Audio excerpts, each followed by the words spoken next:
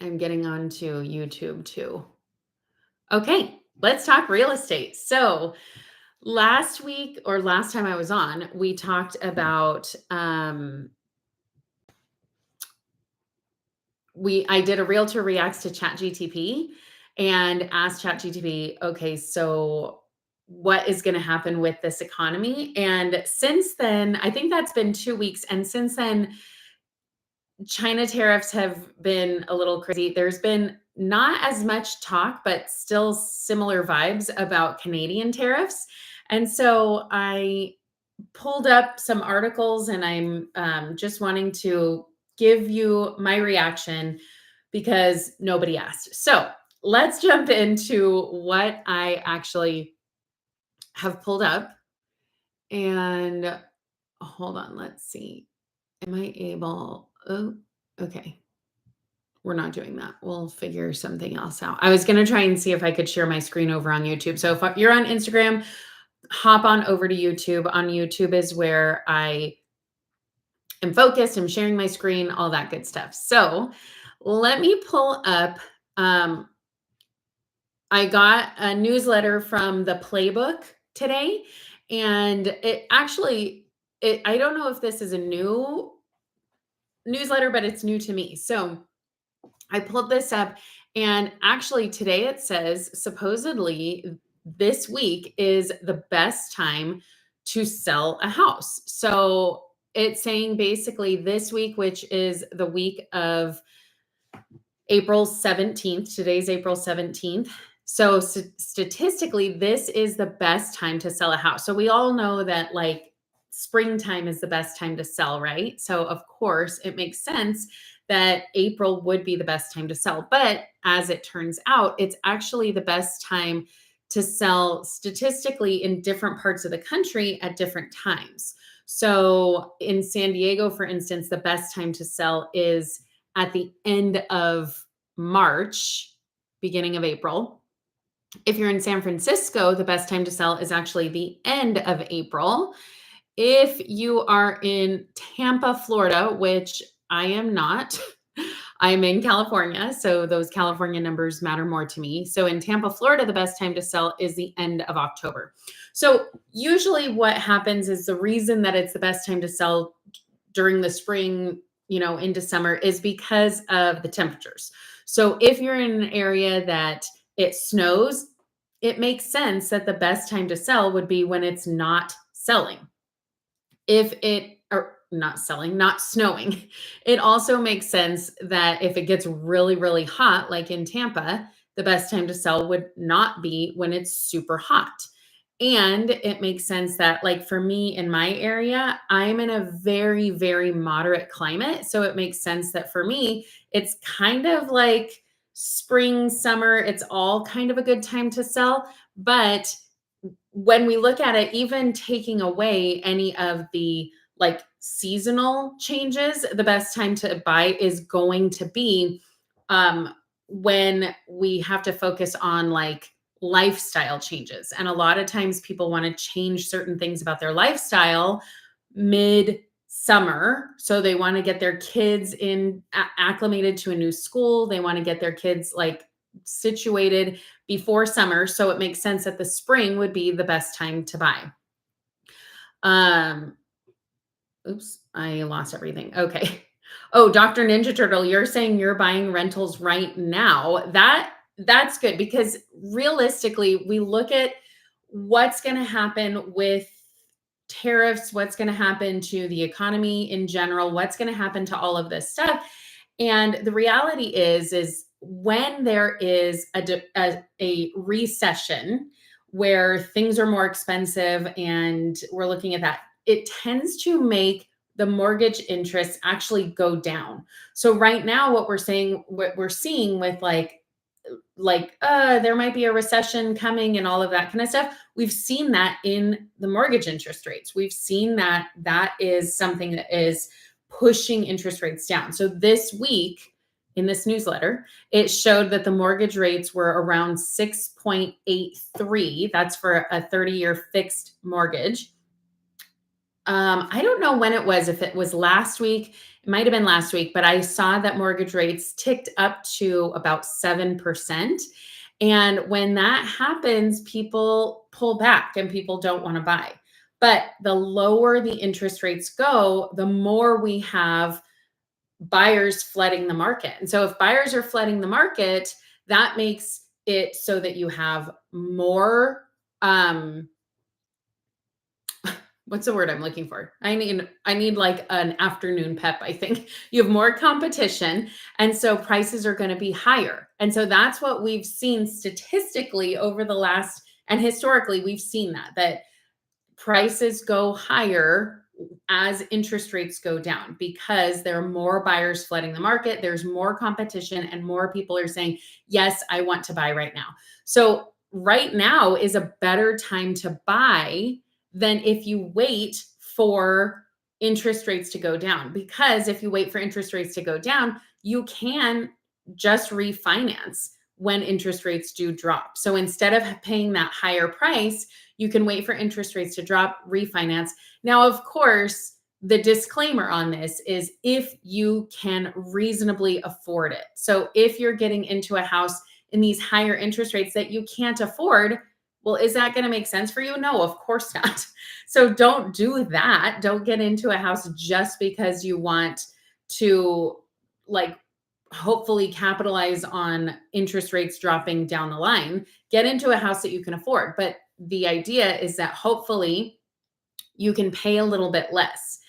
Well, that then is counterintuitive to what we just saw, saying that this is statistically the best week to sell a house because you're going to get the highest prices. So if you're thinking, okay, I'm going to wait to sell in the best time to sell in my area, remember, it's timing the market. I never think that you should time the market. You should buy when it makes sense for you to buy, sell when it makes sense for you to sell. And if statistically we're seeing that this week is the best time to sell, well, what that means is that you're going to start to go down and you're going to start to have lower prices. So it might be a better time to sell a better time to buy in the coming weeks. But I still say right now is a good time to buy because you want to take advantage of the lower interest rates because there's so much market volatility. We have no idea what is coming in this real estate market. We have no idea what is to come because more than likely what we're going to see is interest rates go down, which is a good thing for buyers and sellers, right? It's a good thing for buyers, at least. It's a good thing for sellers because when those interest rates go down, those home prices go up, you can sell for more. But if you are, I have fireworks going on over on Instagram. But if you have interest rates that are going down, then more sellers are more likely to come to the market because right now sellers are stuck in a 2% interest rate, not stuck, that's good, 2-3% interest rate, but we're not going to see that anytime soon. We're not going to see 2 and 3% interest rates. The reason we saw that is because of a global infection that hit the world. We're not likely to see that anytime soon, hopefully. Let's cross our fingers. And if we do, that's going to be a bad thing in general. We don't want to see that. So if you are saying, yes, I'm buying right now, that is a great thing. I say, yes, take advantage because you're likely getting lower prices. The prices, here's what I will say too. In my area of Southern California, we are seeing things sit on the market a little bit longer. Nationally, we see that the average time on market has gone up by actually 4 days. So things are sitting on the market. The number of listings has gone up, but the list price is staying the same. So the list price on average across the whole US is $424,000 this week, but in my area, that list price is about double. In some other areas in LA, that list price is much more than double, much higher, the average list price. And depending on the area that you're in, sometimes that those houses are selling really fast and sometimes they're taking a little bit longer. So I have listings across Southern California and some of them were sitting for quite some time, which meant that we had to do a price reduction. So does that mean that the market is softening? Not necessarily. It doesn't mean that it's softening, but does it mean that it will soften in the future? Well, also not necessarily. It doesn't say that it's going to soften in the future. If anything, what we know statistically is that it's actually going to go up because as interest rates come down, those prices are going to go up from what we see statistically happening in the future. So across the US, the best time to sell right now is this week. But is that the best time to sell for you? That's what you have to get to your agent and connect with them. And if you don't have a good agent, reach out to me because I have great agents all across the country that I can connect you with. So we have home prices that are going to be potentially dropping. I don't necessarily see that, but according to what I'm looking at, it's saying, okay, home prices are going, today is the best time to sell. So that means that home prices are going to be dropping. And remember, it's all about the strategy you use. It's all about your specific property. Oh, thanks for those fires. I love that. It's all about your specific property and your specific area. So you have to be working with a good agent who knows your area, who knows your market, because that market specific to you is what is going to say, is this the right time to sell? Is this the right time to buy? And not that there's any bad time to buy or sell. It just means that you have to make sure that you are strategically pricing the home correctly. When you strategically price it, it doesn't matter what the date is that you go live. The date that you go live doesn't necessarily matter as much as your strategy. So you have to make sure that you're getting the best strategy in place to make sure that you're selling at that highest price. Even if what we're seeing is that home prices might start to go down, if you price it strategically, you're going to see that you're going to get a higher home price. So that's what we're looking at with that. Here are some other things that I was reading in this newsletter, the playbook. If I can find my mouse, there it is. Okay, so 10 markets where prices have dropped the most. And what I will say is what I'm looking at, I can't share my screen, but what I'm looking at is it's saying that the 10 zip codes where price lists have fallen 25% year over year. 2 of those are in California. So one of them, oh, those balloons. I love those balloons. Thank you. One of them is in San Jose and one of them is in Carlsbad. Now, the interesting thing about that is Carlsbad is Southern California, close to San Diego. San Jose is Northern California, Bay Area. And what's interesting about that is that what I'm showing, I have to get really close, like put my glasses on because I'm blind and I can't see. What it's saying is that average Carlsbad list price is 1.199. So 1,199,000. Here's the weird part. The average San Jose price is 700,000, 788. Does that sound like strange to anybody else? That was so weird to me because I was like, first off, my sister lives in San Jose. I keep a pretty good eye on the average prices in San Jose, and that is extremely low, in my opinion. Now, this is saying prices have fallen 25% year over year.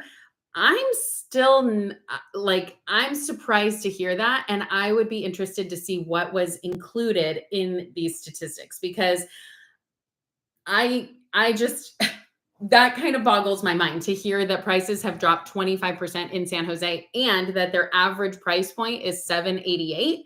That just tells me that they have a lot more condos or things like that that have been listed than some of their average single family homes. Because I know in the heart of San Jose that their average home price is still well over $1 million. So, I mean, whatever, take that with a grain of salt, whatever that means for you. But does that mean that home prices are getting more affordable? I mean, is 1.1 more affordable? I don't know. I don't necessarily think so. What you're really going to see is you're going to see some of those secondary and tertiary markets that are actually becoming a little more affordable. But home prices are still going up everywhere that I look, everywhere that I am. Home prices are still continuing to rise. So I don't know if this is really a good indicator, because I haven't seen home prices go up year over year. I mean, I haven't seen home prices fall year over year. I've only seen them go up in all of the markets that I'm keeping an eye on. So just so you know what I'm looking at, it's showing the 10 zip codes where prices have fallen year over year. It's first off, it's 25%. And it's also all across the US. So if there are only 10 that have fallen, I don't think that is signifying like prices dropping all across the country. I don't think that's happening. But here's where it's saying. It's saying in Spotswood, New Jersey. I am like so blind and I can't make this any bigger. So apologies if I'm like, I can't see.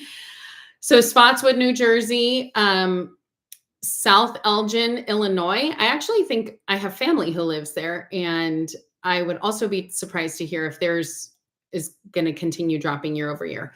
Carlsbad, California, Raleigh, North Carolina, Toma, Wisconsin, DeQuincy, Louisiana, North Miami Beach, Florida, San Jose, California, York, Maine, and Schenectady, New York. Okay.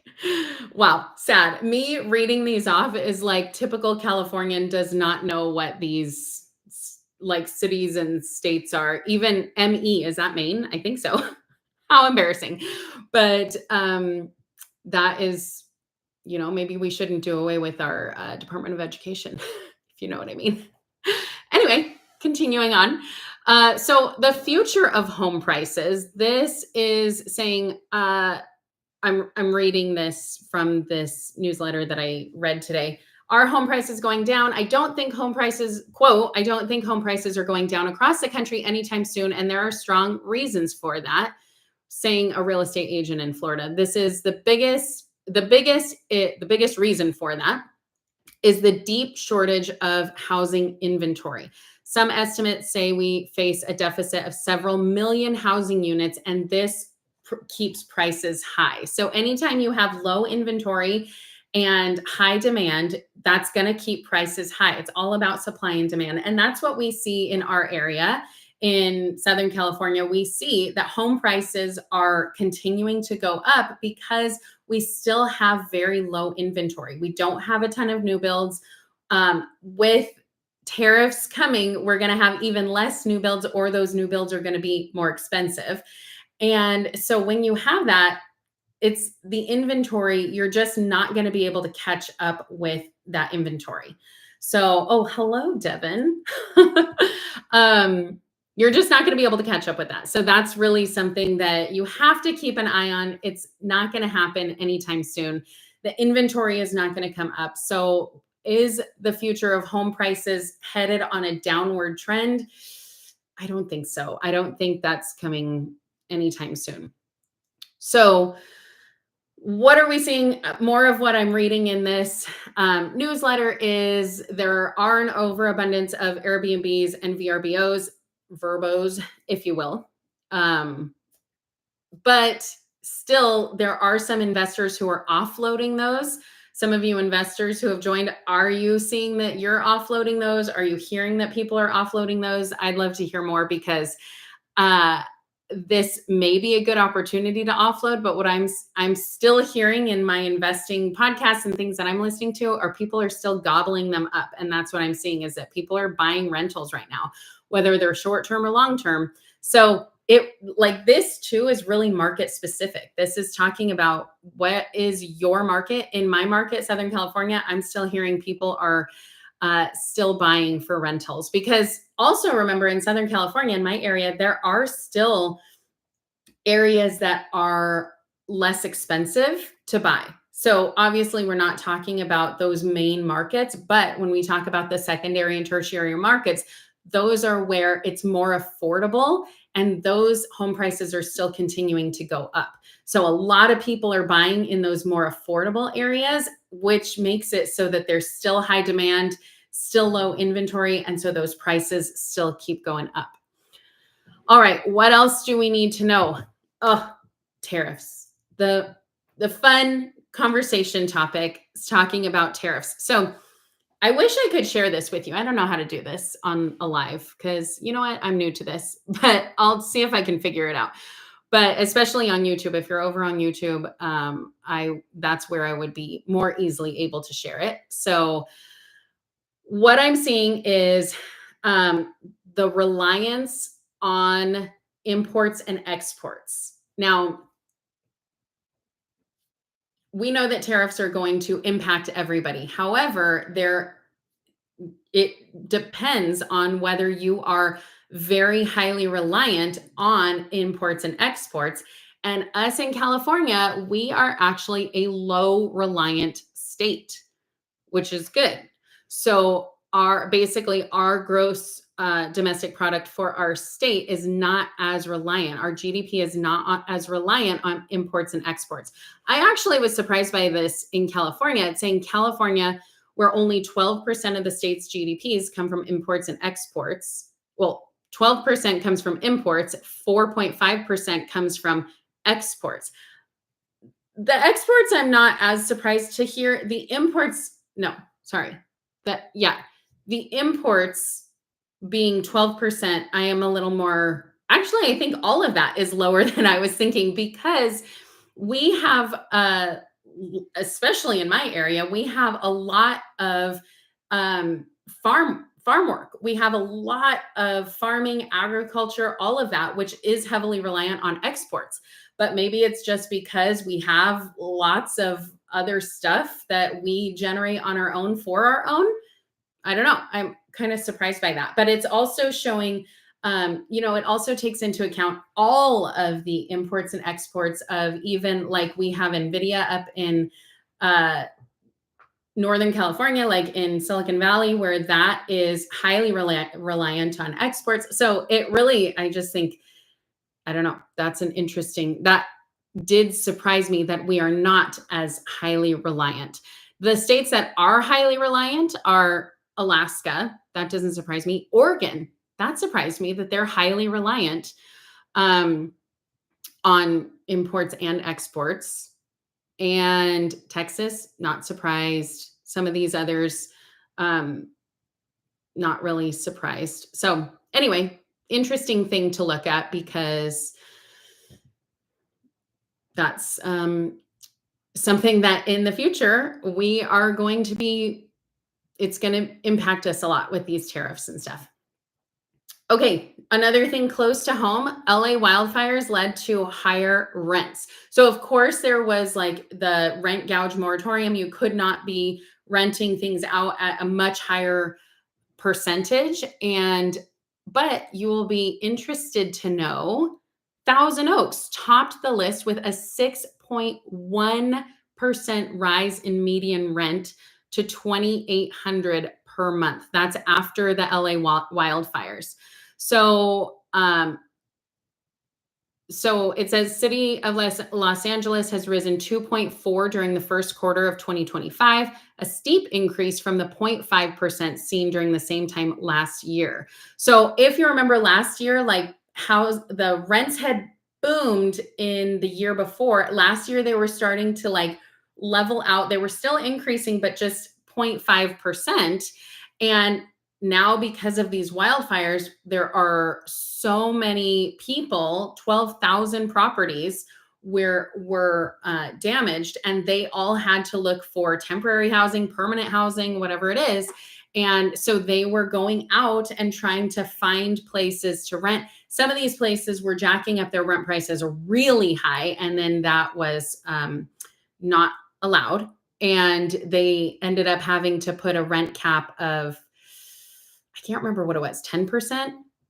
But on average, Thousand Oaks topped the list with 6.1%. Can you believe that? Can't believe it. Let's see. What else? What else? What else? What else? Buying a marijuana farm is harder than it seems. I have no interest, but now I am, with all these tariffs and everything, I'm trying my hand at homesteading. So I'm growing all kinds of fun stuff. I won't be trying my hand at marijuana. So thank you for that. Was very interesting to see. And then lastly, there is a new term coming out, which I actually didn't even really know, but it was interesting to me. So let me just read this little blurb to you. It's short.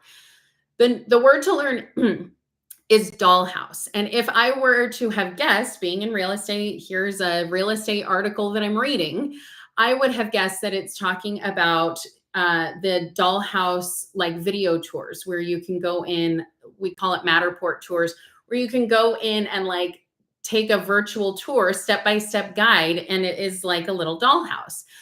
But apparently that's not what this is meaning. Dollhouse is a fixer-upper light, requiring only cosmetic updates that even Barbie could renovate with her own plastic hands. Dollhouses are super popular investments right now since they typically won't call for as many construction materials that may be pricier today due to tariffs. Yikes.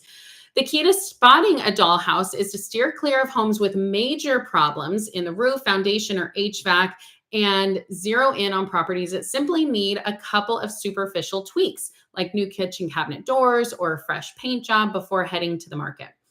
And then it goes to a link of here's more on why the fixer upper fad is so over. So for me as a real estate agent, I do see a lot of this. I see a lot of people who are coming to me saying, hey, I am interested in a fixer upper. But what I talk to them about and what I try to help them understand is that especially as a newbie, they are not trying to, I don't want them to be trying to get a major fixer upper because they watch HGTV, they watch, fixer upper with Chip and Joanna Gaines, and they're like, I could do this, I can swing a hammer, I can do a major fixer. And the reality is you can't. If you've never done it before, don't try your hand at a major fixer. But maybe something like this, a dollhouse, quote unquote, fixer would be the way to go, because this is something that now they can actually do as weekend projects, those weekend warriors who are going and saying, hey, I want to do this project with my friend. I want to paint the walls. I want to redo the kitchen, that kind of thing. And I would still say that a lot of times people don't realize how expensive it is to do plumbing projects. Anytime you tap into electrical, basically anytime you're opening up the walls, you're going to get into way more than you bargained for. I just met with a couple who they had bought their house,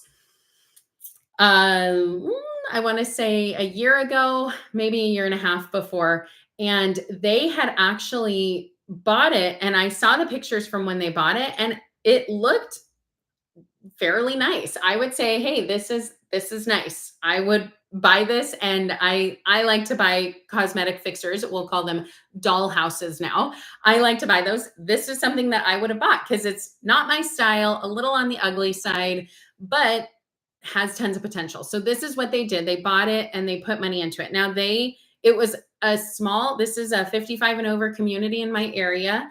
And so they are attached houses, but the owner isn't in charge. They're not condos. They are considered attached single family homes. And the homeowner is responsible for the interior and some of the exterior. But this home didn't need any kind of like roof renovation or anything like that. It just needed interior work. It didn't need any kind of exterior. So they redid all the floors. They gutted the kitchen. They gutted the bathrooms. And of course, fresh paint throughout and all of that kind of thing. As far as I could tell, they didn't reroute any plumbing. They didn't need to do much electrical work. And they still told me that they spent $130,000 to redo it. Now, could you do it for cheaper? Yes, I've done that. I redid the last place that I was in, and now, granted, I got killer deals because I'm in the industry and I know a little bit of what I'm doing. I didn't have to hire a designer or anything like that. We did it all ourselves, and we got rave reviews when we went to go sell.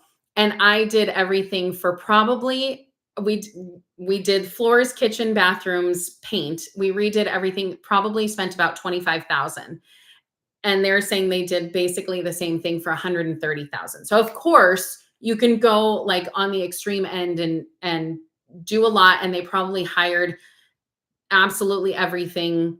I mean, we kind of did that too, but I was able to facilitate a lot of it. They probably hired a general contractor, all of that kind of thing. But $130,000 compared to $25,000. So you can do it on a big scale, on a small scale. You can do all of these things. But the idea behind that is people go in thinking, yes, I want to buy a fixer upper because I've seen it on HGTV and I could do that too. And the reality is, you can't. You shouldn't, because it is so much more work than you think. And so don't go in thinking like, oh, I'm going to do this and I can do it for 10 grand because I know how to swing a hammer. I know how to paint. I can get my friends and my family to come over and do this. No, the reality is you can't do it on like pennies. You have to put a significant investment into it, and you have to make sure that you know what you're doing. And so when we talk about doing fixer uppers, I always try and get people, especially if they've never done it before, I try and say, hey, let's talk about the reality of the situation and how much it's actually going to cost, whether you do it yourself or whether you have everything that you paid for. And the reality is that it can be quite expensive depending on all of those things. So when you're thinking about it, consider doing what we now know, what we learned today together is a dollhouse fixer, and do something that even Barbie with her plastic hands could fix on her own.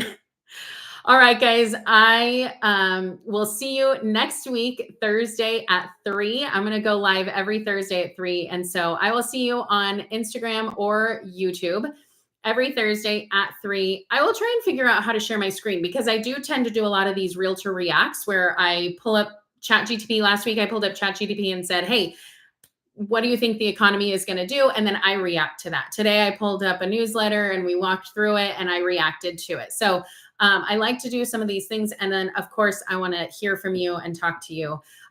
Do I still have an investment in Florida? I do not have an investment in Florida. Never have, probably never will, even though they have no property taxes. I am not trying to move to Florida, not trying to do business in Florida. So I did have a property in Ohio that I sold a couple years back, and that was a great investment for me. It was a great starter investment. That's the one that I did to get into real estate, and it did well for me. But no, I've never invested in Florida. Probably don't plan to. So again, I will see you guys next Thursday at 3 p.m. and we'll go for as long as you want. I had some things to talk about next week. Maybe I won't next week. Maybe I'll just ask you guys what you want to hear. But let me know what you want to say, see, talk about, hear, all of those things. And I will be live on Instagram and on YouTube. So I will see you then. Bye. Hold on. How do I end this?